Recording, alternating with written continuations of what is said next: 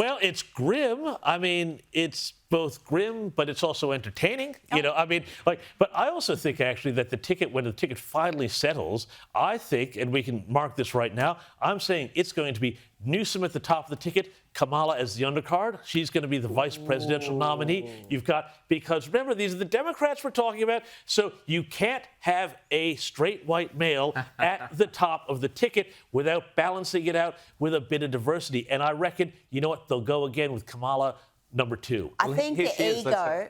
Let's have a listen to Kamala. When are they going to see a woman in charge in the White House? In their lifetime, for sure. Could it be you? Possibly.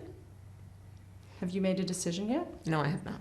But you say in your book, I'm not done. That is correct. I am not done. I have lived my entire career a life of service, and it's in my bones. And there are many ways to serve. I've not decided yet what I will do in the future beyond what I am doing right now. They put you as an outsider, even behind Dwayne "The Rock" Johnson. I mean, is that underestimating you? I think there are all kinds of polls that will tell you a variety of things. I've never listened to polls. If I listened to polls, I would have not run for my first office or my second office. And I certainly wouldn't be sitting here in this interview.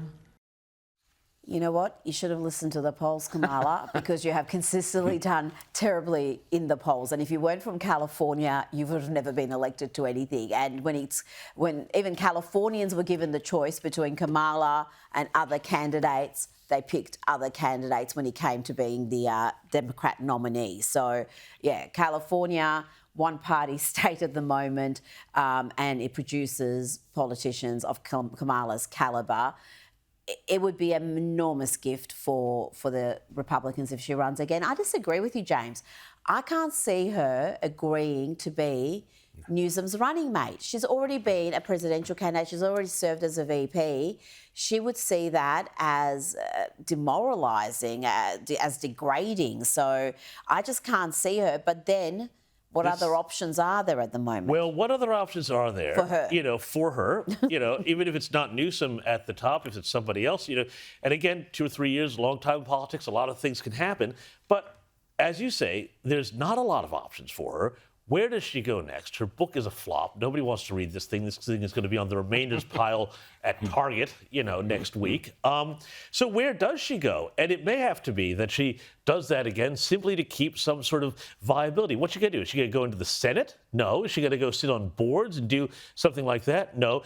Her speaking tour is ridiculous. I mean, the thing that she was real estate last time. This time she's coming out for a convention that's organized for the public service. So she's going to be speaking to a bunch of New South Wales public servants, right. you know, which is like great use of my council rates there. Fantastic, wonderful, well done. So I don't think she has a lot of options. If a VP slot came up, whether with Newsom or somebody else, she'd have to take it. Now, of course, that vice presidential slot, too, is going to be where there's going to be, again, that big diversity push. So the other possibility also is that AOC winds up coming up and taking a vice presidential slot. Oh, that would be hilarious. Very. I will never stop laughing if she's the candidate. Let me make a prediction here. I think it doesn't matter who the Democrats run, because JD Vance has this. He's going to be elected in 2028, 100%. 2032. This is going to be a golden run for the Republic. JD Vance is the perfect politician. He has the absolute support of the MAGA base. They adore him. He is Donald Trump plus 20%. He is more staunch than Donald Trump in just about every belief. He's a better politician. He's a better at handling arguments, handling even the media, as good as Donald Trump is at that. JD Vance just meticulously dismantles them, and you end up feeling sorry for them because he's just so much smarter than the people he's tackling. Beautiful family, one of the few genuine nice guys from all accounts in DC, which is supposed to be a rarity. So he's got everything going for him.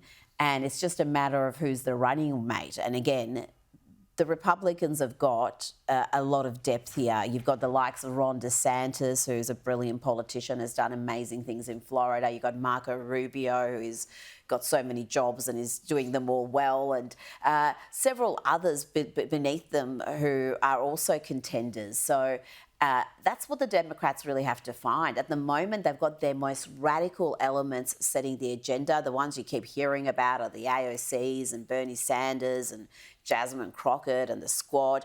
The really radical wing of the Democrats is running the show for them, and it's hurting them. They need to find someone who's electable. Newsom has a lot going for him. As terrible as he is as in governing, he's got charisma. The media adore him. He's going to get a golden run.